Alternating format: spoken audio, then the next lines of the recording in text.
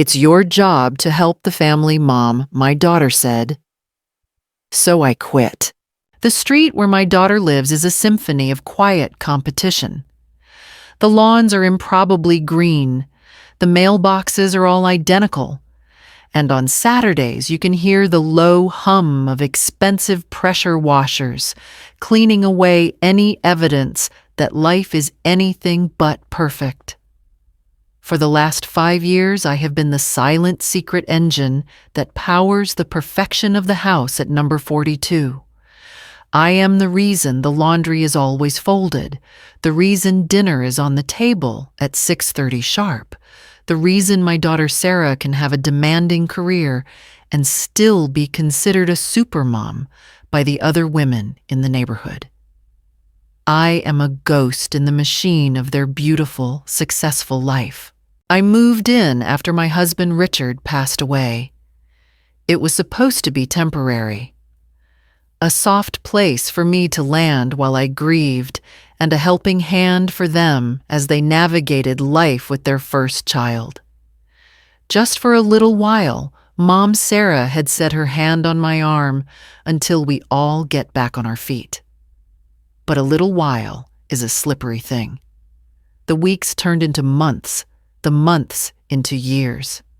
The second grandchild arrived. My role as a temporary helper solidified without discussion into the permanent unpaid position of live-in nanny chef and household manager. My own life, my friends from my book club, my quiet mornings with a cup of tea and a crossword puzzle, all faded into the background, replaced by the relentless, noisy demands of a young family's needs. I became a master of the unspoken task, the anticipated need. I didn't mind, or so I told myself. That's what mothers do. We fill the gaps. We become the silent support structure so that others can build their lives higher and brighter. It's a role so many of us play, isn't it? The quiet giver, the one who holds everything together. As I share this part of my story, I find myself wondering who is out there listening. It would bring me such comfort to know where my story has found a home. If you have a moment, please leave a comment below and let me know where in the world you're listening from. If this story is already beginning to resonate with you, I hope you'll subscribe to Granny Stories to follow my journey to its end. It means the world to know we're in this together, but a structure that is never maintained, never acknowledged, eventually begins to crack. And my own foundation was showing signs of stress. The pressure in that house was constant. It wasn't just the chores. It was the quiet, relentless push for more. More success, more status, a bigger car, a better vacation. It was a life lived in comparison to the neighbors. Last month, it was the Jacksons next door and their new SUV. Last week, it was the Millers across the street who were putting in a new deck. And for the past several weeks, the topic at the dinner table had been a new one, a swimming pool. I would listen in silence as Sarah and her husband, Ben, talked about contractors and tiling, their voices full of excitement. I saw the way their eyes would occasionally flick to me a quick speculative glance. I, the former accountant, knew what they were thinking. I knew the state of their finances. And I knew the state of mine. My retirement fund, the money Richard and I had so carefully saved for our own quiet future, was the only asset in that house that was still untapped. The call came on a Tuesday. Mom Sarah said, her voice unusually bright and formal. Ben and I want to take you out to dinner on Friday. To that lovely Italian place downtown, just to say thank you for everything you do for us. The invitation was a beautiful, polished stone dropped into the murky waters of my daily life. And for a moment, I let myself believe it was real. A part of me, the part that still remembered the sweet, loving girl I had raised, felt a flicker of hope. Perhaps they finally saw me. Perhaps they were finally ready to say thank you. I accepted, of course. I hung up the phone and looked at my own reflection in the dark kitchen window. A tired woman with a smudge of flour on her apron. They had invited me out for a fancy dinner to thank me for my service. But I had a terrible sinking feeling in the pit of my stomach. A feeling that this wasn't an expression of gratitude. It was a business meeting, and I was about to be presented with a proposal for a final significant investment, one that would cost me everything I had left. The 3 days leading up to that dinner were filled with a fragile, hesitant hope. A foolish part of my heart, the part that will always be a mother, before it is anything else, allowed itself to believe them. Maybe I had been too cynical. Maybe they really did see me, and this was their way of finally showing it.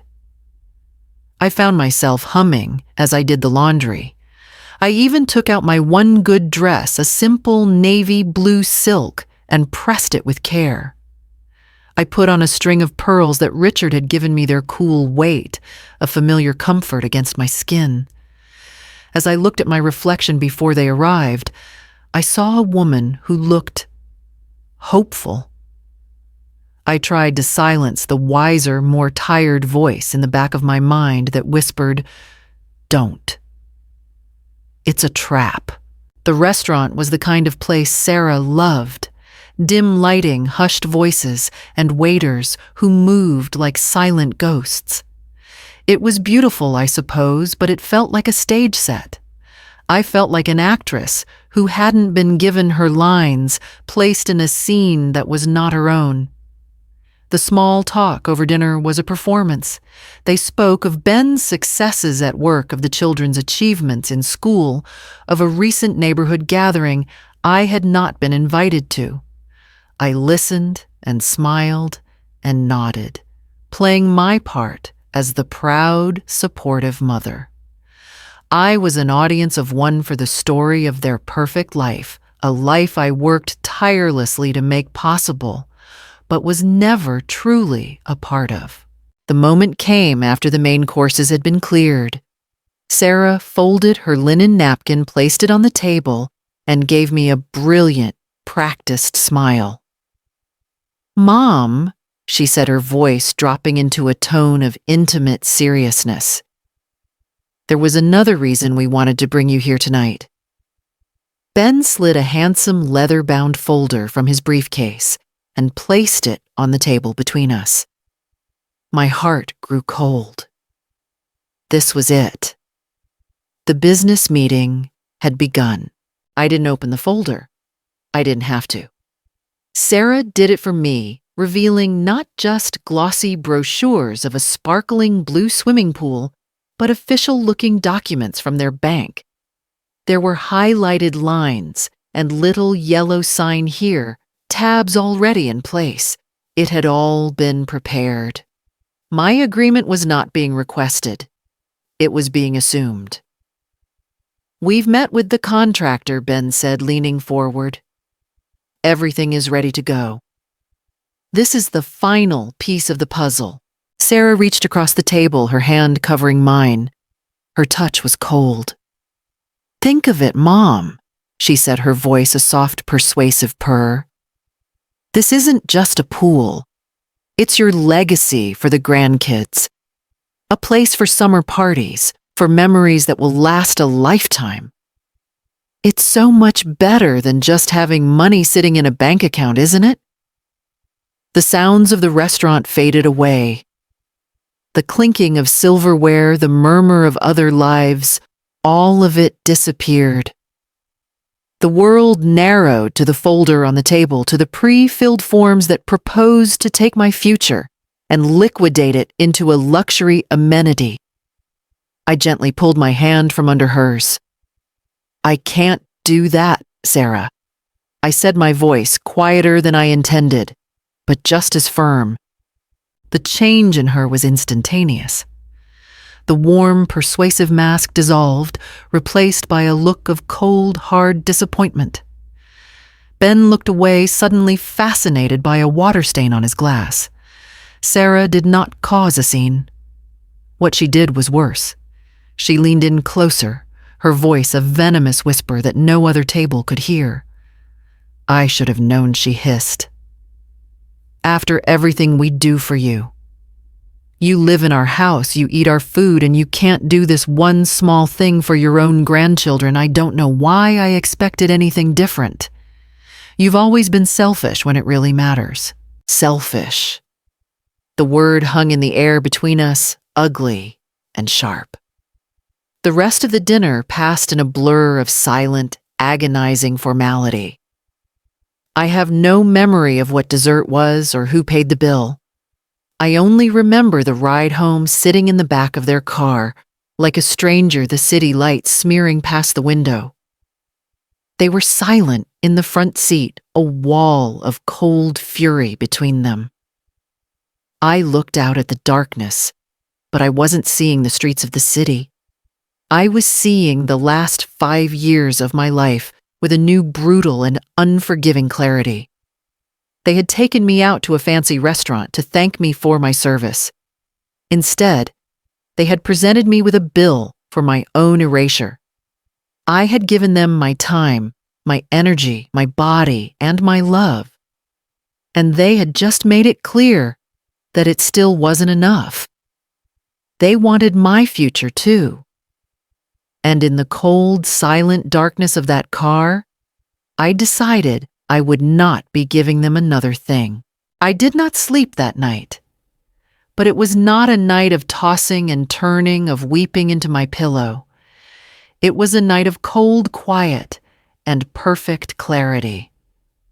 The years of telling myself that families make sacrifices, that mothers do what's needed, had been burned away by the casual cruelty of my daughter's words in that restaurant. The grief was still there, a low, steady ache, but for the first time, it was accompanied by a powerful, clarifying anger. An anger not at them, but at myself for allowing myself to become so small, so quiet, so easily dismissed. I would not be selfish, as she had accused me. I would be self-possessed. In the deep, silent hours of the morning while the house slept around me, I got up. I padded into the kitchen, the one I knew better than my own son, and I sat down at the table where I had served 1,000 meals I never truly felt a part of. I took a piece of clean white paper from the desk drawer and a good black pen. I had been a teacher for 40 years. I knew the power of a clearly written statement. This was not going to be a tear-stained letter from a wounded mother. This was going to be a professional correspondence. At the top of the page, I wrote, "To Sarah and Ben Miller, from Alice Miller. Subject notice of resignation from domestic services." I wrote that after 5 years of continuous unpaid service as the primary childcare provider and household manager, I was officially tendering my resignation. I stated that as a professional courtesy, I would provide a 2-week notice period to allow them time to arrange for alternative solutions. During this period, my hours of service would be from 9 a.m. to 5 p.m., Monday through Friday. I concluded the letter with a simple formal sign, off, "Sincerely, Alice Miller."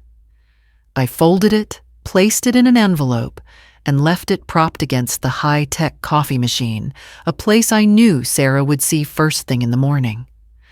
Then I went back to my room, closed the door, and waited for the sun to rise. The 2 weeks that followed were a quiet, tense, and utterly revolutionary war. I adhered to my new schedule with the precision of a Swiss clock. I emerged from my room at 9 a.m., sharp, and worked diligently. I made the children's breakfast. I tidied the kitchen. I folded the laundry. But at 5 p.m., I stopped. If I was in the middle of folding a basket of towels, I would fold the one in my hand, place it on the pile, and leave the rest. If dinner was simmering on the stove, I would turn it down, place a lid on the pot, and walk away. I would retreat to my room with a book and a cup of tea, and I would not emerge again, no matter the chaos that ensued in the evenings. Sarah and Ben were shell-shocked. They didn't know what to do. They swung between furious whispered arguments in the hallway and a kind of forced, bewildered politeness toward me.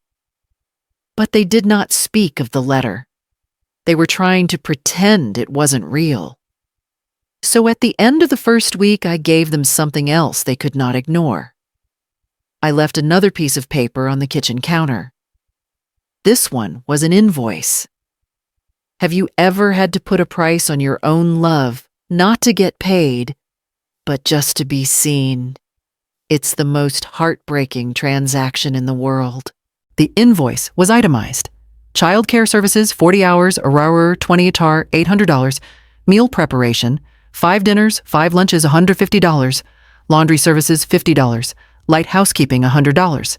At the bottom, in neat, clear letters, I wrote the total. Market value of this week's service, $1, $100. And below that one final devastating line, paid in full by a mother's love, terms and conditions are currently under review. I was in my room when I heard Sarah find it. There was a sharp intake of breath, a long, strangled silence, and then the low, angry murmur of her and Ben's voices from the kitchen. I didn't know what would happen next. I only knew that I had stopped being a quiet, convenient ghost in their home. I had handed them a bill for my own existence. And for the first time in 5 years, they were finally being forced to read it. The week following my delivery of the invoice was a masterclass in controlled chaos.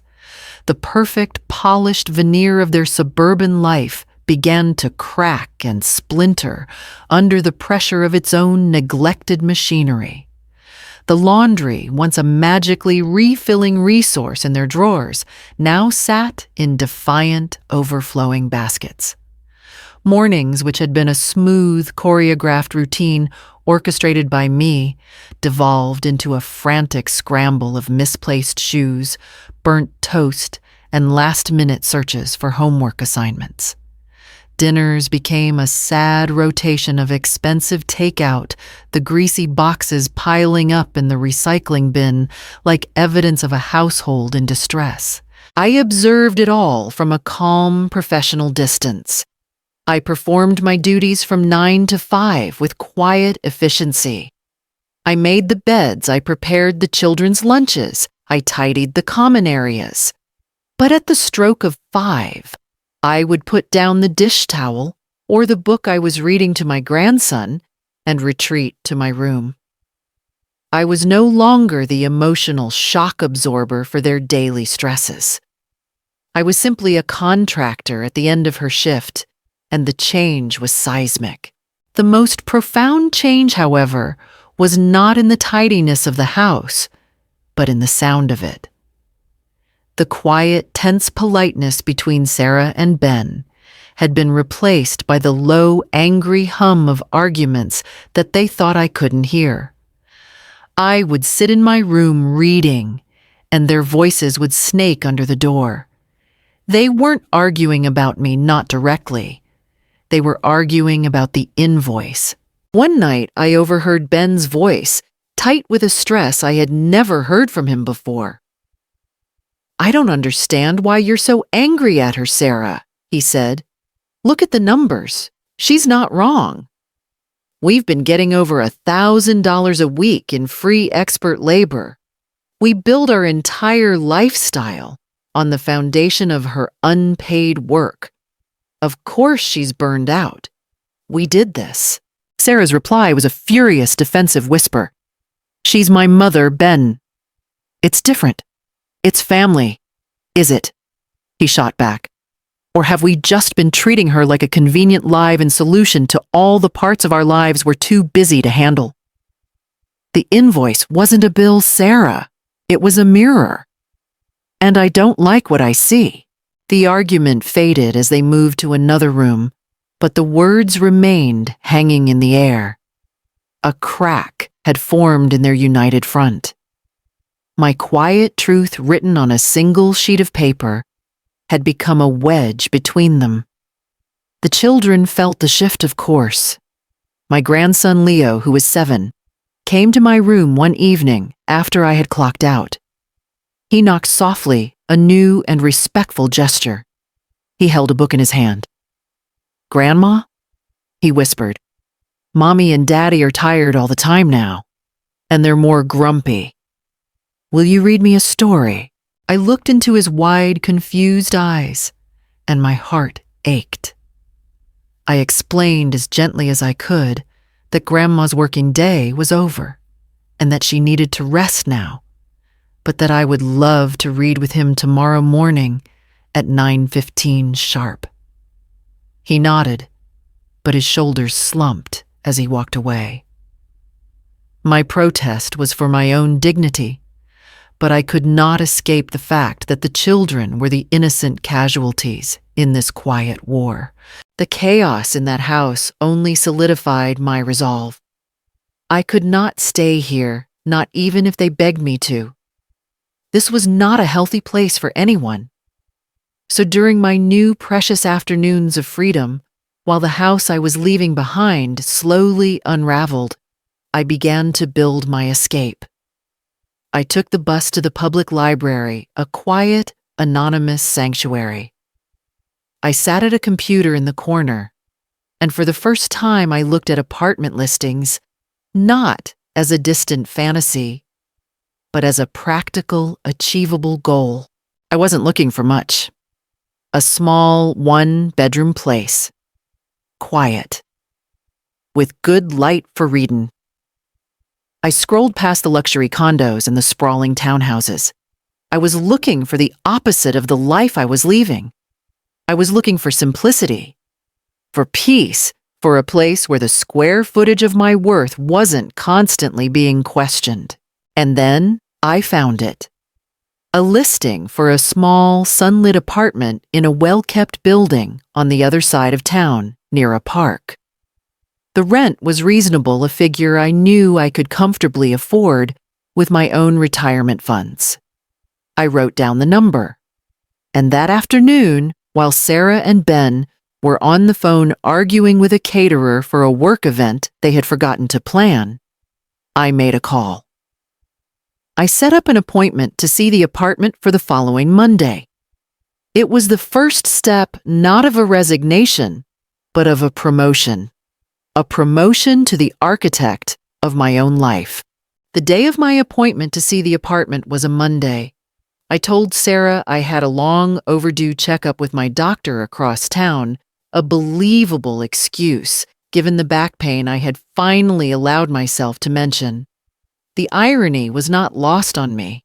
I was using the very ailment they had ignored as the key to my own escape. Leaving their house that morning felt different. I wasn't just going for a walk or running an errand. I was on a secret mission, a quiet pilgrimage to find my own future.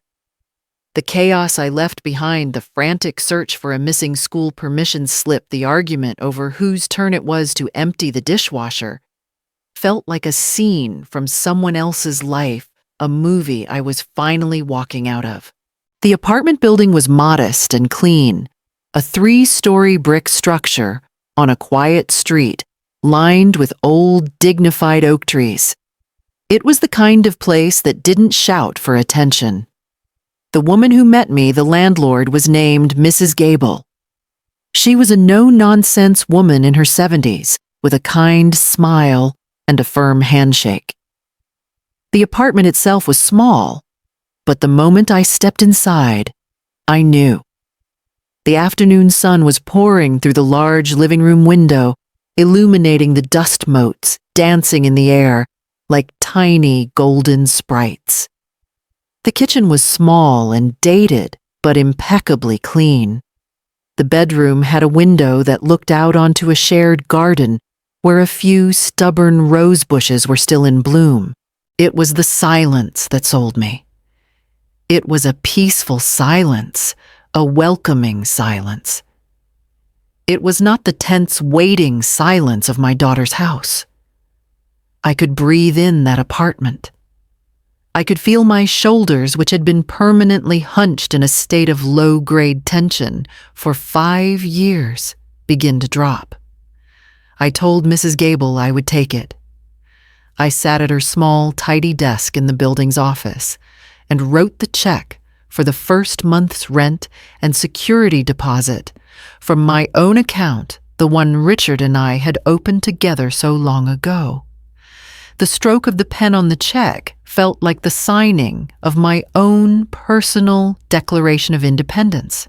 I returned to Sarah's house with the signed lease folded neatly in my purse, a secret talisman of the life that was waiting for me. The atmosphere was just as I had left it, thick with resentment and unspoken accusations. That evening, Sarah made her final desperate attempt. She found me in the kitchen where I was washing my own teacup. Her anger from the week before had been replaced by a raw, frayed desperation. "Mom, please," she said, her voice softer than I had heard it in years. "This isn't working. Just stop. We can't do this without you. The house is a disaster. The kids miss you. I'm a mess." She looked at me, her eyes pleading. "We can talk about the pool later, I promise. Just let's go back to how things were." I dried my cup. Slowly, my movements deliberate. I looked at my daughter, this successful, capable woman who was now crumbling because her free live-in support system had finally submitted its resignation. I felt a pang of the old familiar pity, the maternal instinct to smooth things over, to say yes. But the woman who always said yes was gone. "I can't go back, Sarah," I said, my voice gentle but unyielding. "How things were was a beautiful life for you and a slow erasure for me. I'm sorry things are difficult now, but you and Ben are adults. You will learn how to manage your own home. It's time." Her face hardened. Then the brief vulnerability gone, replaced by the familiar mask of bitter resentment. She turned and walked away without another word. The negotiation was over. That night, my last week of service began. But now it was accompanied by a new secret activity. After the house was dark and quiet, I would begin to pack. Not in boxes that would be too obvious. I used shopping bags and my old knitting tote. I packed the things that were undeniably mine.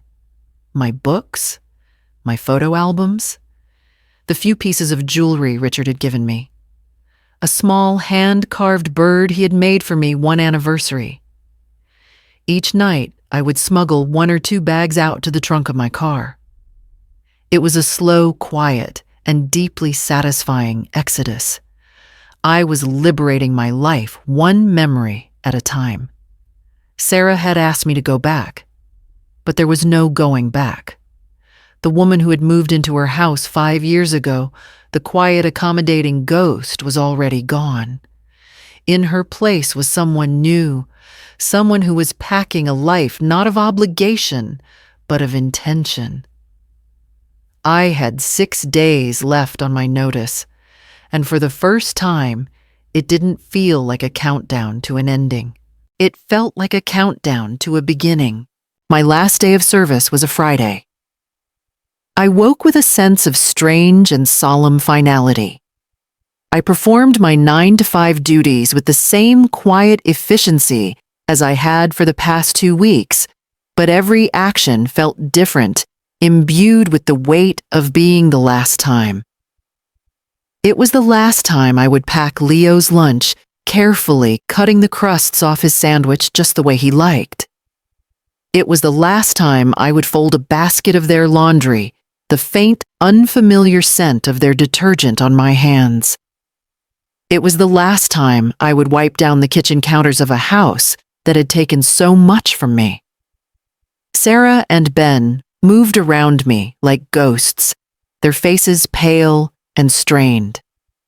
The house was quiet, suffocating, under the weight of a resignation that was now only hours away from being complete. At 5 o'clock, I was in the middle of reading a story to my youngest grandchild, Lily.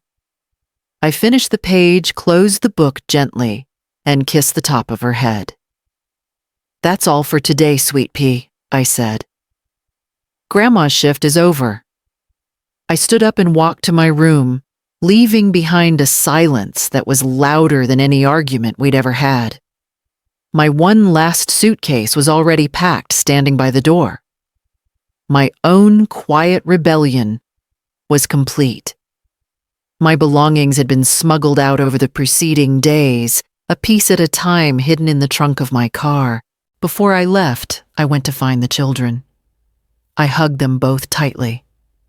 I told them that Grandma was going to live in her own house now, a quiet place with lots of sunshine, but that my love for them was a thing I would pack and take with me, and that it would never, ever run out. Leo's eyes were wide with questions he knew he wasn't supposed to ask.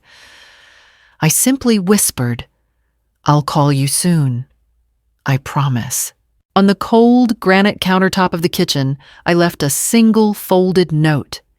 It wasn't accusatory. It wasn't emotional. It was just a simple, practical piece of information. It contained my new address and my new phone number. It was not an invitation. It was a statement of fact. I exist. I am here. Then I picked up my suitcase, walked out the front door, and did not allow myself to look back. I was in my car parked just down the street, my hands trembling slightly on the steering wheel, when my phone buzzed. It was a number I didn't recognize. I answered, my voice a little shaky. "Hello, Grandma?" It was Leo. His voice was small and conspiratorial, a whisper from a phone he must have borrowed. "I found your letter, the one that said you resigned." I closed my eyes. He had found it, of course he had. "I don't want you to be retired, Grandma," he said, and his voice cracked with a child's pure, unfiltered truth. "I just want you to be able to rest." And that was it.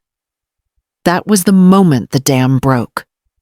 I had held myself together through the humiliation at the restaurant, through the silent, tense weeks, through the final cold departure. But the simple, profound understanding in my grandson's voice undid me. I had to pull the car over to the curb as tears I didn't know I had left began to stream down my face. They were not tears of sadness. They were tears of validation, of being truly, finally seen by the one person whose opinion had mattered all along. He had not seen my departure as an abandonment of him. He had seen it for what it was, an act of self-preservation. He understood that my leaving wasn't about a lack of love, but about a surplus of exhaustion. The house I had just helped build was now in my rear-view mirror, a symbol of a life that had cost too much. But the family I had truly nurtured was on the phone, his voice a clear, bright promise in my ear. I had resigned from a job I never should have accepted, and now I was finally driving toward my first day of a retirement I had truly, finally earned. My new apartment wasn't grand. It was a simple, sunlit space with 2 rooms, a small kitchen, and a window that looked out onto a quiet street. The first thing I did after the movers left my few boxes was to make a pot of tea. I sat on the floor as there were no chairs yet, and I drank from my favorite chipped mug. The silence in that room was not empty. It was full of possibility. It was the sound of my own life waiting to begin. The weeks that followed were a quiet joy. I unpacked slowly. I found a small, sturdy armchair at a second-hand shop. I started a little knitting circle with 2 other women in the building. We would sit on a Tuesday afternoon, our needles clicking, sharing stories and comfortable silences.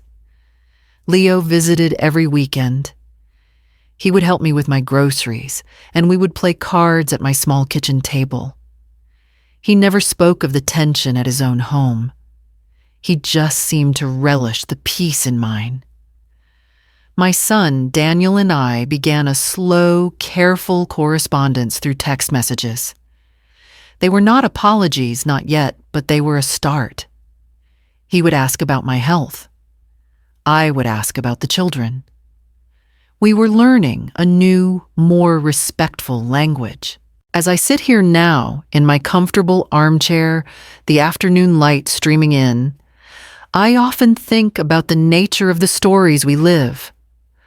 For a long time, mine was a silent one, the kind that happens in the background of a louder, busier life. It's one of those quiet grandma true stories where love is measured in folded laundry and hot meals and is so often taken for granted. But leaving my son's house taught me a profound lesson. Those quiet chapters matter. In fact, I believe the most powerful grandma true stories are about finding your own voice right when you think it's been lost forever. When my grandson Leo visits now, he asks me to tell him about my life before I was just grandma. He loves hearing these tales. It's why a place like Granny Stories is so important, I think. It gives a space for these quiet histories to be heard and honored. He says my experiences are better than any book he's read. I just laugh and tell him they're simply grandma true stories, the kind that are lived one honest day at a time through hardship and through grace. And if you're listening to me now, perhaps my story feels a bit like your own. Maybe you're living one of your own grandma true stories of quiet sacrifice and unspoken needs. My only advice is this: your chapter is not over. You are still the author. The stories we share here on Granny Stories are a reminder of that powerful truth. They are a testament to the fact that it is never too late to pick up your own pen, to turn to a fresh, clean page, and to write a new, more honest, and more joyful ending for yourself. Thank you for sitting with me as I learn to write my own story again. My journey is just one, but I know there are countless others just as important, sitting in quiet living rooms all over the world. If a piece of my story spoke to a piece of yours, I would be so honored if you would share your feelings or a part of your own journey in the comments below. The strength we find in sharing our truths is immeasurable. If you know someone who has been quiet for too long and needs a reminder of their own voice, please feel free to share this story with them and to become part of this wonderful family of shared wisdom here at Granny Stories. Please consider subscribing. It has meant the world to have you here listening,